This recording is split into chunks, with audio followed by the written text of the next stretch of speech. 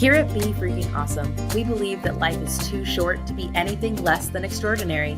Join us as we explore what it means to live authentically, grow continuously, and have a blast while doing it. Let's get started.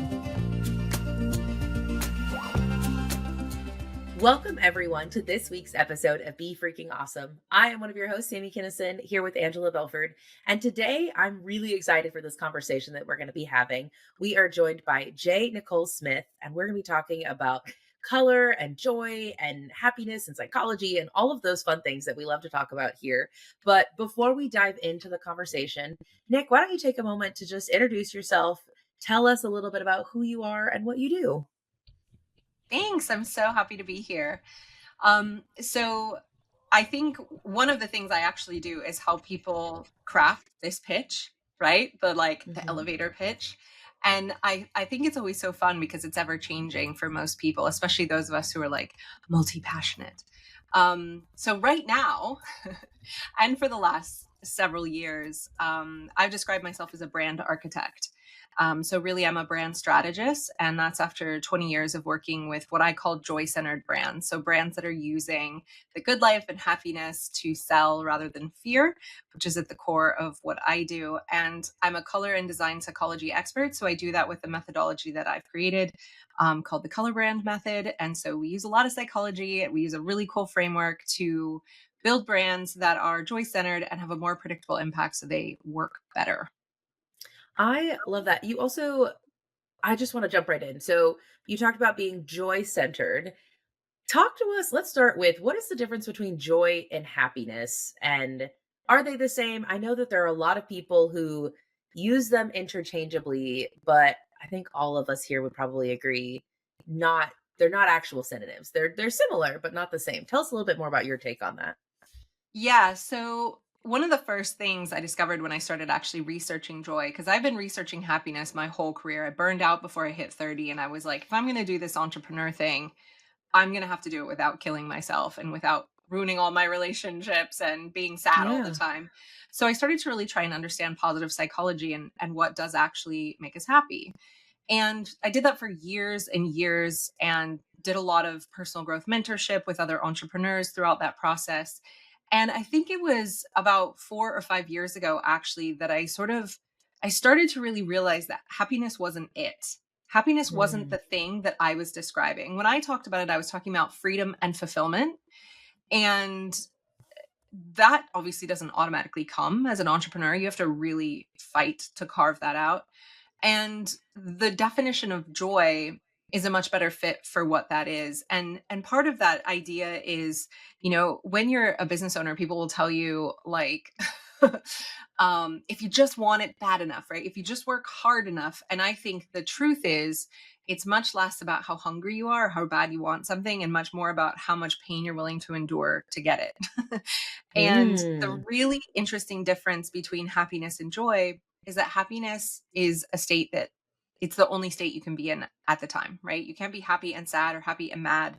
And joy is a state that exists amidst and among other things. You can grieve and feel joy. You can be sad or angry or lonely and also experience joy. And so there's a profound depth and a level of meaning to joy that makes it different than happiness. But my favorite way, which I think makes it really easy to differentiate, is to dive into color psychology and explain a couple of things about how colors make us feel. So, color physics is really about how color works, and color psychology is about how it impacts us as human beings. And colors come in psychological primaries, meaning yellow impacts us emotionally, red impacts us physically, blue impacts us mentally, and green is sort of this break. And when you like a restful kind of pause. And when you start combining those colors, you can understand the combos that will happen physical and emotional, for example. So happy is yellow. It's Mhm. emotionally stimulating, emotionally soothing. That is the color of happiness. Joy is orange, which means it's yellow, which is happiness, but there's also a physicality to it because it's also got red in it. So I love to think about the difference between happiness being this emotional state and joy not only having more meaning, but also more physicality to it, where I see it on a spectrum between quite soothing and soft, that sort of contentment, all is right in the world joy, and then that excited, jump up and down, cheerful, joyful, excited joy, which you could imagine as like a bright orange versus a soft, light sort Mm. of apricot orange. So that's my take on the difference between happiness and joy. I have so much. Like, okay, the idea that the different colors having different states of being, I love that because I think about joy in grieving, and probably because on this podcast we talk about grief a lot, and it sounds counterproductive and counterintuitive, but Yeah. I've experienced, I mean, it's why we laugh at funerals and we're telling fun stories and we're doing all of those things. I'm I'm I don't have a question yet. I'm just like, I want to, like, wait a second. I need just a second. That's I Well, love and that. I I think that orange, I had to, in my own head, remind myself that orange is also a little bit of a spectrum of colors. Where we live, in Arkansas, the rival school, their color is orange. So there's a gut reaction that all things orange is bad because it's associated with this school. It's not. And then I'm like, but think about like a sunset. A sunset is not, yeah. Mm. or even a sunrise, it's not yellow. And you're like, the sun isn't yellow yet. It is that orange and that rich and like warm, cozy, draw you in feeling. That's different than Texas orange, frankly. So that's a bad orange. This is a good Yeah. Stop it. Orange. And what you're describing as well is color association, which is what we Mhm. consciously know and think and feel about colors because of things like rival schools or the uniform you had to wear or the color your room was growing up that you hated, or those are conscious associations, and that does impact our experience of color, but color psychology is unconscious. So it's how is your brain and body reacting to the color and what's happening internally, which is pretty much the same cross-culturally around the world for a normal functioning brain. Very interesting. And I think that I love you talked about your journey kind of from positive psychology into being like, this might not be all. This might not be enough. I think that has been actually a theme. I think about Mike Rucker, Angela, that we had, and the fun habit. That was a good book. He talked about that. And then just also understanding that positive thinking matters and is important, and it's not the end all be all. I think that there is a lot of positive psychology that's like, yes, and there's also more depth and richness required to really be able to live out all of these things. Well, and positive psychology is a little different than positive thinking. I mean, it's actually a whole body of work that probably, I would say, prepped you, Nick, to discover this joy. At least my experience with positive psychology. Um, and it does go too far sometimes, but it's still like it's a little anyway. Sorry. Okay, can I get really real for a second and a little dark? Yes. Sure. Instead, you talk about grief. So, one of the reasons that I think this work is so important now and why I'm being called to it now is because we are experiencing a joy crisis, like across the board, for so many reasons. And one of the really powerful things that I discovered, which I think is especially salient right now, is that the birth of positive psychology came after the Holocaust. And what happened was the father of positive psychology, I'm going to forget his name, of course, Martin, I think. Spearman? Seligman. Forgive me. Seligman. Seligman. Yep. He, so the work in positive psychology started when they were studying why was it that humans could so easily allow fascism to happen and could just step in line with doing actually pretty awful things to each other so quickly, so easily. And his study got super dark, right? Like, I mean, the darkest dark edges of humanity. And it was from that he was like, this isn't the only stuff we should be studying. We need to understand what's good and what makes us happy. And obviously to that point, psychology was all about disease and defection and like the ways that we were broken and damaged.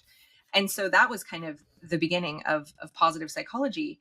And I feel like we're in a new era of darkness, and we have got to get our stuff together. Like we are now needing to take responsibility for not just our own happiness, but our own joy. And I really, really believe that joy is a medicine and it's a form of resistance, which you've seen in art, you've seen in liberation movements.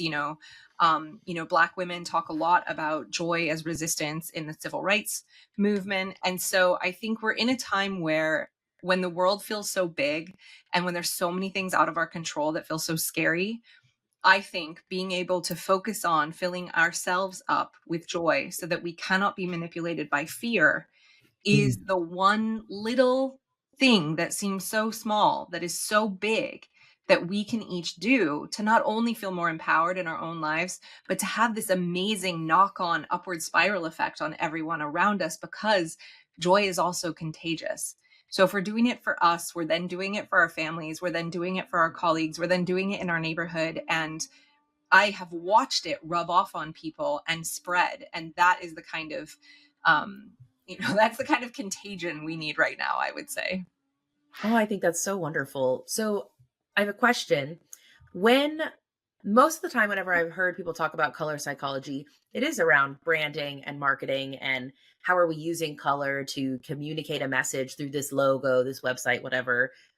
Where help us walk through that bridge that it's not it is about marketing and that does matter and you should be intentional with your color choices, blah blah blah. What about the rest of us who aren't making logos and who aren't picking brand associations? How does color psychology why does that matter for us to learn about this in our day-to-day life? Yeah, it's such a good question. This sort of happened upon me by accident, by spending years and years doing this in the way that you described with brands on quite a high level. And something interesting started to happen. So, first thing I should say is that what I'm about to describe is the difference between color psychology and applied color psychology, which is Mhm. where what we add into the regular conversation about color psychology is a conversation about personality types. And that's based on Carl Jung's stuff of, dividing people into four different groups of personality types. And what the research has sort of proven over and over again cross culturally, is that if you divide all people into four different groups and you divide all colors into four different groups, each group has a specific preference for a specific group of color. And so the sort of color me beautiful, what's your season color analysis stuff, there's a lot of truth in it. And the ways that a lot of that color analysis is done, I don't necessarily agree with, because it's not quite as scientific, but I love the concept. And, when we do it internally, there has to be an element of your personality, not just your aesthetic, not just what your skin and hair color looks like, but what does bring you joy? What is your preference? What do you love? How do you want to be perceived? And so we look at the crossover of the two. So to answer your Mhm. question, what I saw happen was, as we started doing this, especially for the personal brands, we work with brands of all sizes and shapes and scopes. But what I started to notice, especially with our personal brands, is people couldn't help but start applying this to their life, right? So we redo their brand. They have a very specific group of colors, a very specific personality type for their brand, which is often a match for them because they're a personal brand. They start curating their closet. They start only buying this kind of furniture. They even think about it when they buy their next car, when they, you know, everything. It just starts to kind of take over, because once you see it, you can't unsee it. And what Mhm. we're trying to pursue is color harmony. And to achieve color harmony, you have to be using colors from the same group, because there's like musical harmony. It's like notes from the same key, right? It's Mhm. harmonious when it's together. And when you start adding other stuff that isn't harmonious, you get some discord. So when you start creating color harmony and you start understanding what that means and what that looks like and how to do that, it's almost impossible not to start doing it in your closet, in your living room, in your kitchen.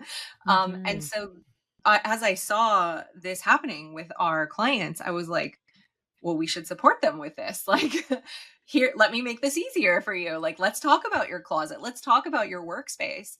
And then recently, I've kind of gone back and done more education in color analysis to really look at all the different schools of thought for, you know, color analysis based on aesthetic and styling, to kind of add my own take on where I think the crossover is between what we look like and how we are, and what that means about what we should wear and how we want to be perceived. Oh my goodness. I love I, this.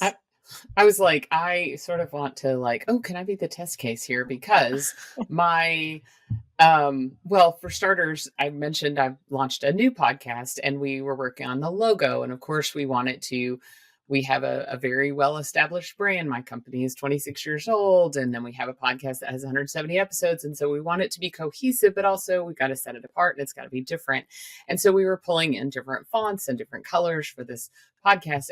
And then, picking a new icon and all the things that you get to do, which I don't get to do myself. I, normally am helping people work through that. And so my designer said, we got it to where it was like, oh, beautiful.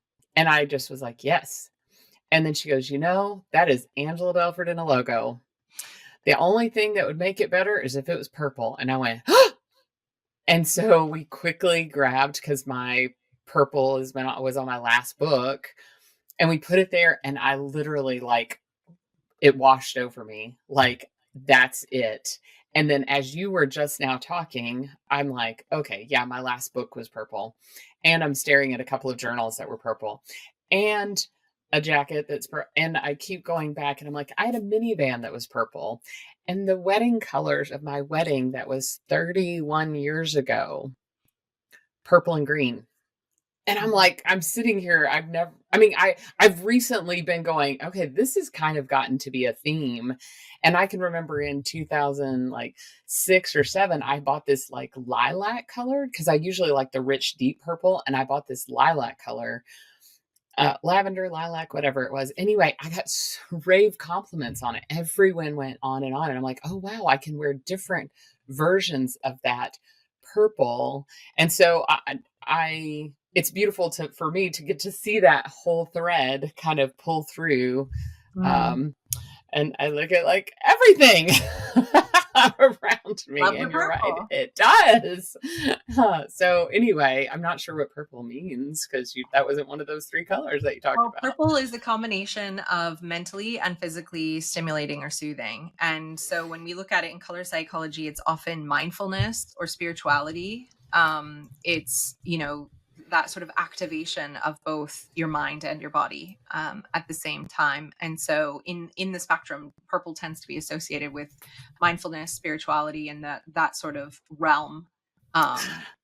And I will tell you one more crazy connection with this is that when we bought this house, I painted all the rooms some version of yellow.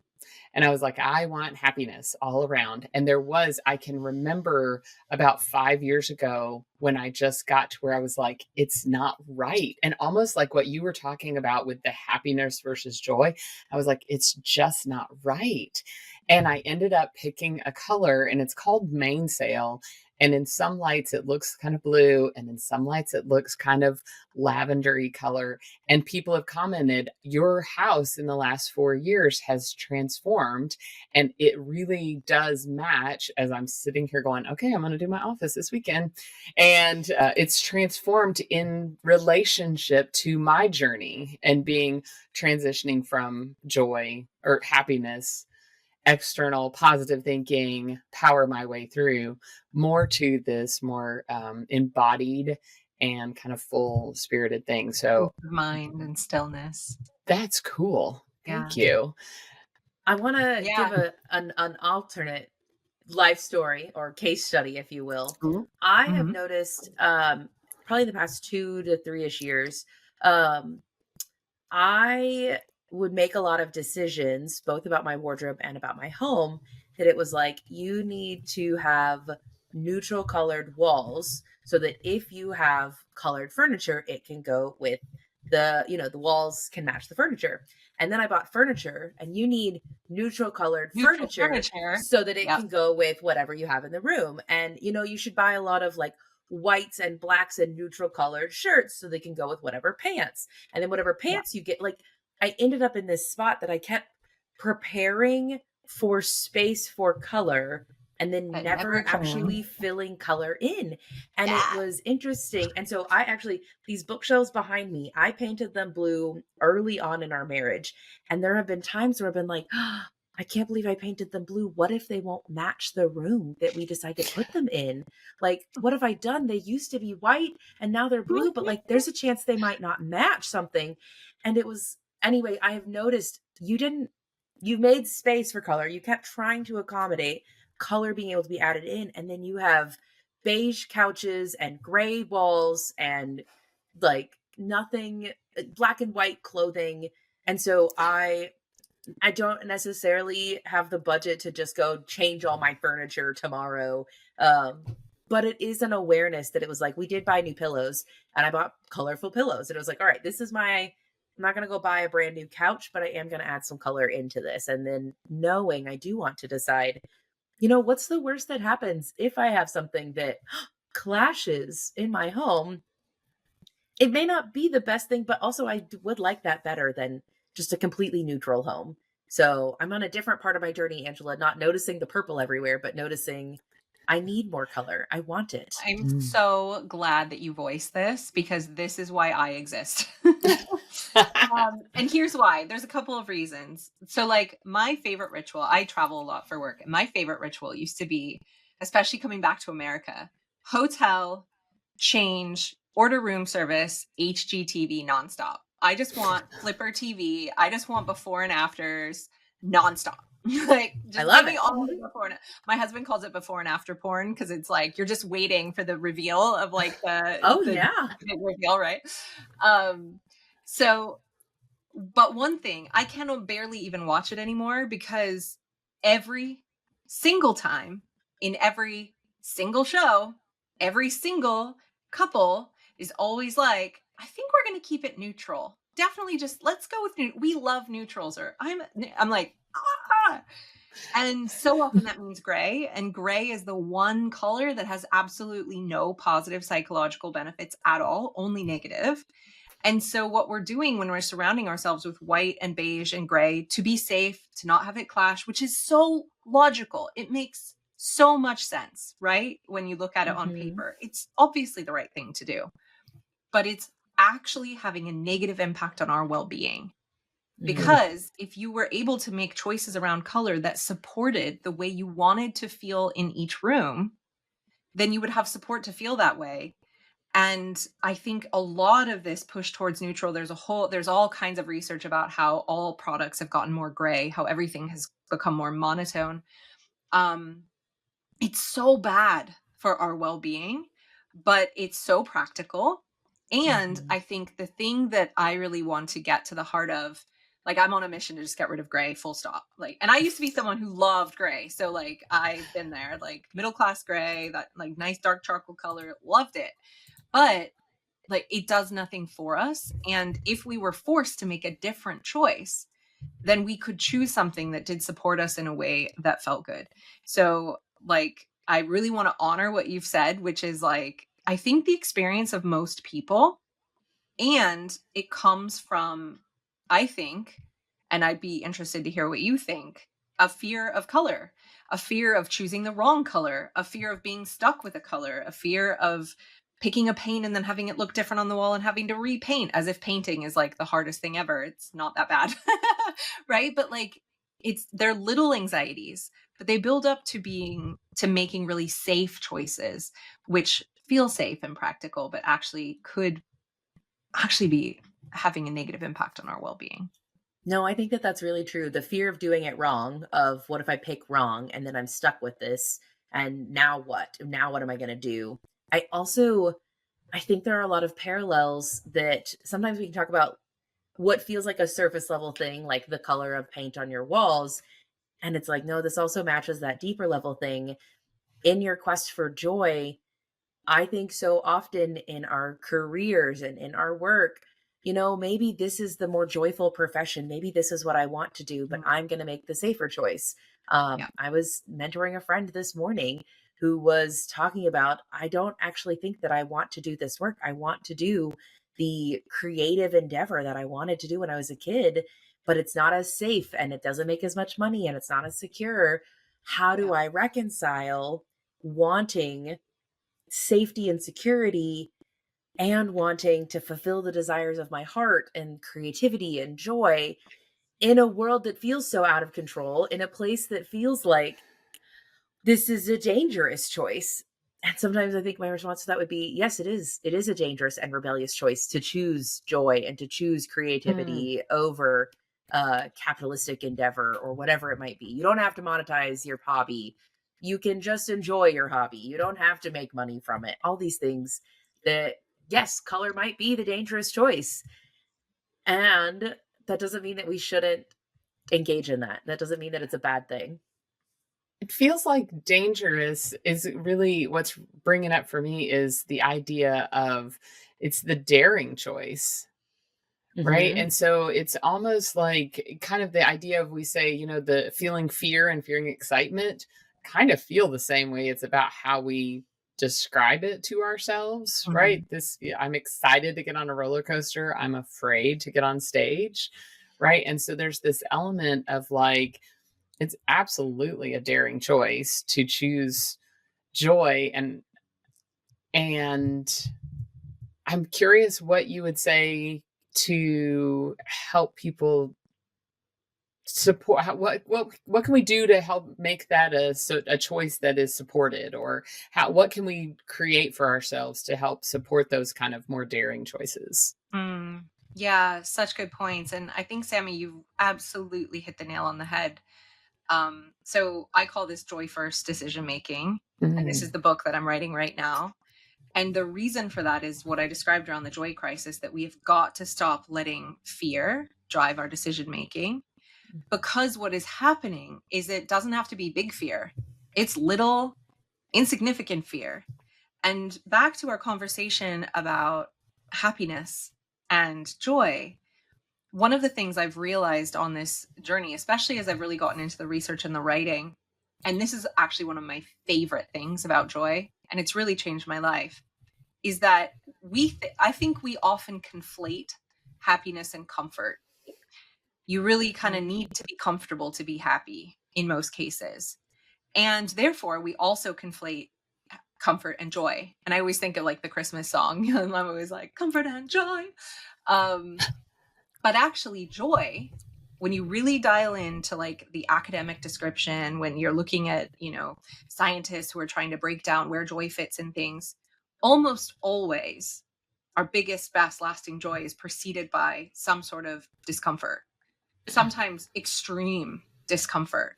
So some of our biggest joy comes from achieving something we thought was impossible, or acquiring something or seeing someone that we never thought we'd see again or that we haven't seen for a long time. There's a hardship prior to a lot of the big joy. And so one of my big missions with the book and with, helping people use color as a tool for exactly what you're talking about is getting used to purposely getting uncomfortable and stop trying to fix it. Mm. Comfort is not the same thing as safety, right? And we're seeing this all over the place right now. And the more we are attached to our comfort, the more we put other people's safety at risk. And just, we can be real jerks if we're like, just walking through life really entitled to our own comfort. And joy is almost always on the other side of getting more uncomfortable. And so I think learning in our body to really understand the difference between discomfort and a lack of actual safety. I have to tell myself all the time, and this is how this has changed my life, is I am purposely trying to get more uncomfortable more often. And when I am more uncomfortable, I am sitting with it and going, I do not need to fix this. I am safe. I am okay. I don't like it. I'm not comfortable. I want it to end, but I don't need to fix it. I can be in this. And I think if we all did that a little bit more, not only would we experience more joy, but we could also do a lot of the coming together in a lot of ways that we need to solve the bigger, harder issues because we're not so obsessed with our own bubble of comfort. I really like that. And I think um this has taken me a moment. I was traveling recently. I was alone in Baltimore, and there was a day where it was raining, and the other people who were at my conference, even though we were all in a pretty tight area, they were like, "Oh, it's raining. I'm definitely going to take a cab." And I was like, it's raining and it's 3 blocks and I love the rain. So it's beautiful for me. I have no problem. And the beginning of the day, was out in the rain. At one point, I paused. I was like, oh, you need to take a video because you can post it for content and it's going to be great. Like, look how much I love the rain and discomfort and things. And then later that evening, I went out to eat. I walked a little bit farther away. And as I left the restaurant, I was like, oh, this rain is cold now that the sun has set. And this is not the same fun rain that I was in earlier. And I even in that, there were some people who were like, "Oh, I could never walk around alone down to in a place that I don't know. That's not safe." And I was like, "I am uncomfortable right now. I feel very safe. I'm not concerned for my safety. This rain changed and it's not the same like fun rain that it was earlier. That's fine. I'm just going to walk quickly back to my hotel and I'm not going to spin around and enjoy the rain like I was earlier. It's fine. It is fine for me to be uncomfortable right now and to go pursue this. Anyway, I think about those are the moments where how you're Yeah. having talking to yourself, it doesn't always have to be this big grand thing. It probably is more often practice in those little things, that little moment of like, I don't like this. I love the words you used and how to just model that for people. It's super fun. I have a counter story to that, Sammy, when we were in Austin and we were riding bikes and Oh, that's we so do funny. this little tour and we were like, oh, we'll ride our bike back to lunch. And it might rain. And she had a friend that kept texting her, oh, you poor thing, it's raining. Stay dry, stay dry. And she's like, you weirdo. Well, so we leave where we were at to head to lunch.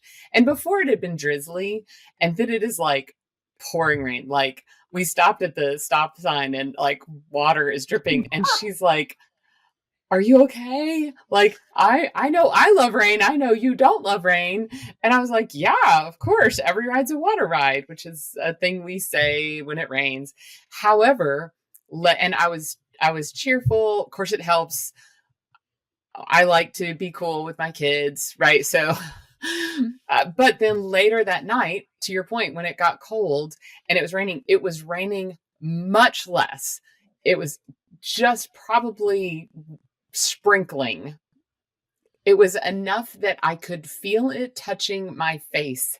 And I finally was like, I can't anymore. I can't.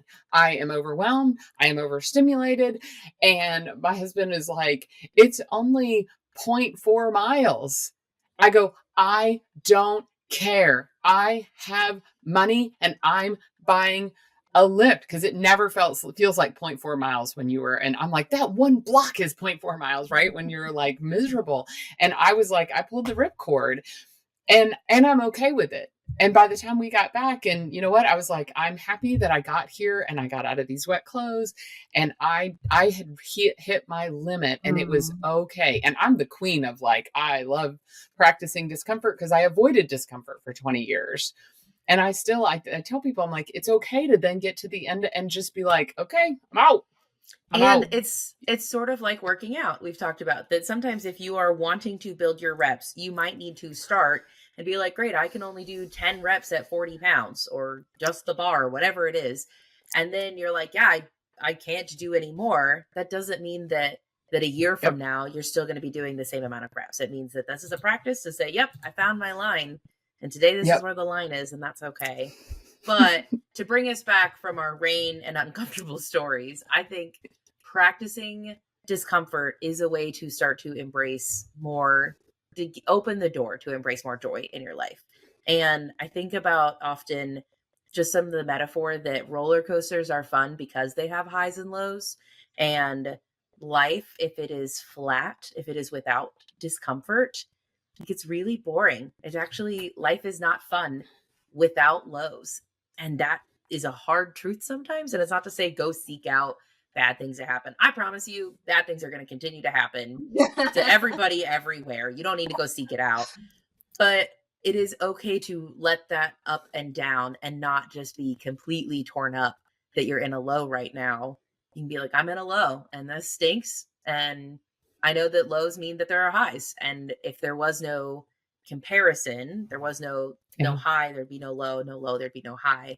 And so that journey is part of what creates the beauty and part of what creates the fun and the joy and the complicated nature of human existence and all of those things. Yeah, absolutely.